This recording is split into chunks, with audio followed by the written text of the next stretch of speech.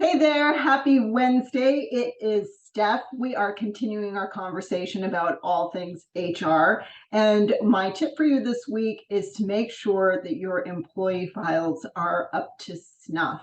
It's probably a good idea to have an HR expert come in, take a look at how you organize your employee files and the contents of your employee files, just to make sure that there are contents. This is one of the trickier parts of managing people because we are often so in the moment dealing with things that we often forget to stop, document conversations or meetings that we've had with people and add them to the file. And I think that one of the reasons why people struggle with maintaining employee files is because we associate it with something negative, right? Like we have to document that we had this difficult conversation and this person's on probation and we're thinking of possibly letting them go and we're at the beginning of this process that's going to lead to having to interview and train. And when you think about everything that gets attached to that conversation, sometimes it's a bummer and it's stressful. And I think that's one of the reasons why we kind of don't face this particular admin task. While that is all true, and I want to validate your frustrations around that, nonetheless, it's important to document those conversations. Plus, on the flip side, employee files don't have to be a source of just pure negativity.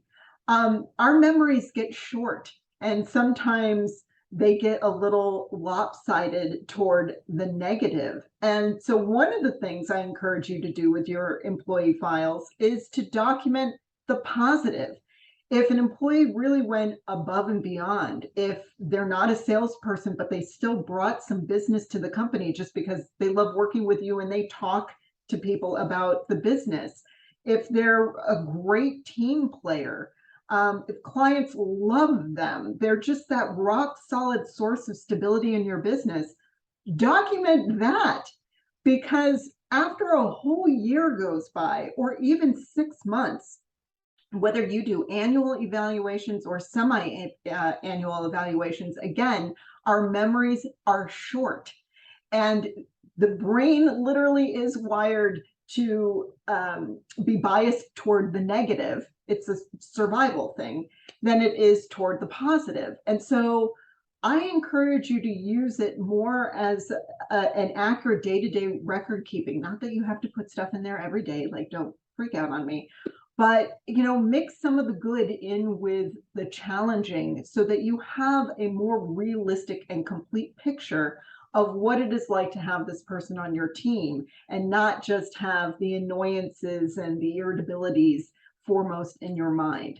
So those are my tips for employee files this week. Again, I can't encourage you strongly enough to work with an HR expert and make sure that all of your human resource stuff is up to snuff. If you need a good contact for that, just let me know. I have good recommendations for you. I hope you're enjoying your week and I will talk to you soon. Enjoy your week. Bye, guys.